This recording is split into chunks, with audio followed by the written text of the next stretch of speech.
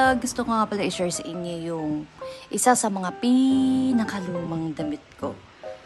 Oh, para sa mga magtatanong nito, I got this from Shein for 700 pesos. Sobrang nice niya. Kaso hindi siya yung robe na magagamit mo pagka bagong ligo tapos basa ka. Pero ito yung magagamit mo yung tipong namimili ka pa lang ng damit or pwede din siyang kumot kasi yung tela niya parang kumot talaga. Yan siya. Yan. Hindi ko din alam bakit hindi ko tinatapon tong damit na to. Sobrang lumang-luma na niya. Wait, pakita ko sa inyo yung wardrobe ko. Tada! Yan yung mahiwagang wardrobe ko. Then, nakaayos lang lahat ng damit namin. Siyempre, magkasama, half yung sa anak ko, tapos dito naman sa akin. And then yung sa baba, puro sa akin. Then, ito naman yung damit niya. Nasusuotin na niya ng Christmas. Parang, kailan ba yun? July pa lang, binili ko na, something like that. Lahat ng damit niya for her birthday, Christmas, New Year, or any other occasion. Bumili na ako ng set na damit online para isang shipping na lang, which is free yung shipping. So, yan, nakatipid ako. And kapag mas marami kang binili, mas mura, tapos yung shipping, wala ka nang babayaran. Kaysa lumabas pa ako, di ba, kung tuwing birthday niya, lalabas pa ako, bibili pa ako. So, sa lahat ng damit na to, meron lang isang lumang damit dito na as in. Sa lahat ng damit na to, meron lang nag-iisang pinakaluma. Which is, wait. Hanapin natin. Walang luma dito. Like, I mean, yung lumang-luma, yung years na talaga. Ito, luma na to eh. 2019, ang partner, ito. Yung pants na to. Wait lang. Ayan. So, ito yung pants na tinutukoy ko. Naalala ko nung meron akong unang TikTok, ito yung sinuot ko. Tapos, ang katerno nito is isang lumang damit din. Yan, gagi, ang pangit na. Oh my God, bala ko pa naman suotin. Alam, ang pangit na. Ano ba yan? Iginamit ko kasi nung nagpintura ako eh. Meron pa nga akong vlog ng magpipintura ako eh. Kasi binago ko yung kwarto ko. Kaso ayoko pa nga ipakita sa inyo. Sana hindi nakita doon sa unang part ng video. So, hindi ko siya susuotin. Ibabalik ko na lang siya doon.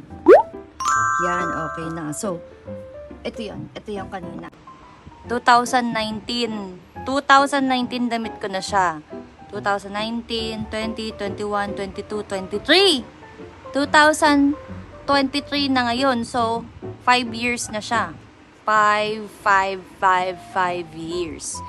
Meron pa akong mas lumang damit doon, magugulat kayo. Ipapakita ko sa inyo yung mas luma ko pang damit. Sana natago ko pa.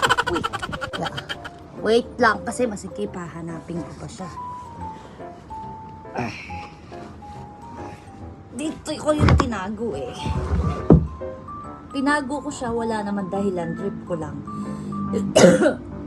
Dati, tinago ko siya kasi hindi ko siya sinusuot ng bata pa ako hanggang sa hindi pa ako marunong mag-declutter nun. So, tinago ko pa din siya. Ayun! Tapos, naisip ko, ay, buhay pa din to. Luma na to ah.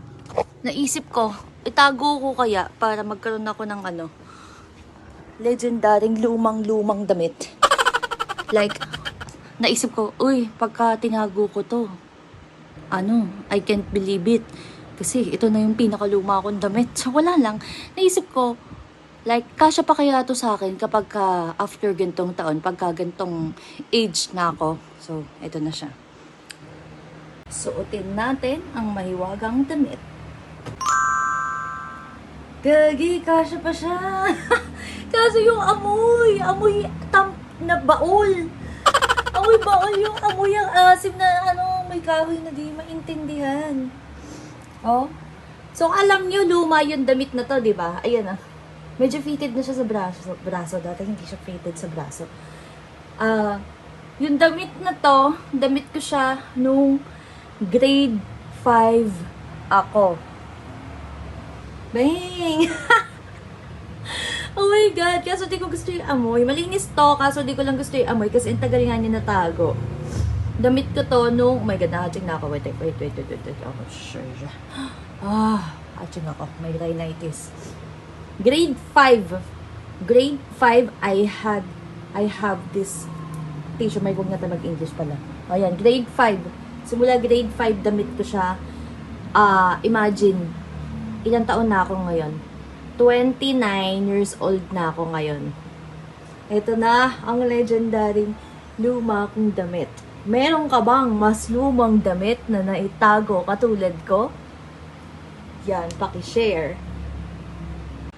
So, yun lang naman for today's video. Wala na ako ibang i-vlog today kasi yung before and after ko, naku, makikita na. Pero okay lang, hindi pa naman tapos. Hindi ko kasi sa inyo maipakita yung before and after before I paint my room. Before I paint my room, kasi gusto ko ma-finalize yung official look niya bago ko siya i-edit tapos i-upload. Which is, meron akong biniling mesa sa IKEA na meron na siyang istante. Ayun yung napili ko. Maraming salamat sa mga supporters natin dyan na hindi nagsasawang mag-support. Yes, shoutout tayo next time sa next vlog natin. So, hindi ko pa ma-finalize yung overall na completed na room, tawag doon? Room makeover pala, room makeover. Kasi ang pangit talaga ng stante ko. So, sobrang nakaka-stress talaga tignan. Tapos, may laruan na nakatambak yung anak ko na hindi naman ginagamit. So, araw-araw, minamanage ko ligpitin and then, binabago-bago ko yung pwesto ng gamit ko kung saan ba mas maganda, saan ba mas madali, kung saan ba yung boat kami makakakilos sa isang room kasi syempre dalawa kami and then lahat dito sa room na to ginagawa namin.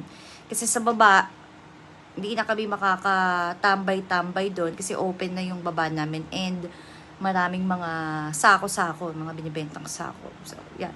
See you in my next vlog, guys. Maraming salamat. Kung ikaw ay may lumang-lumang damit, i-share mo din sa akin kung anong itsura.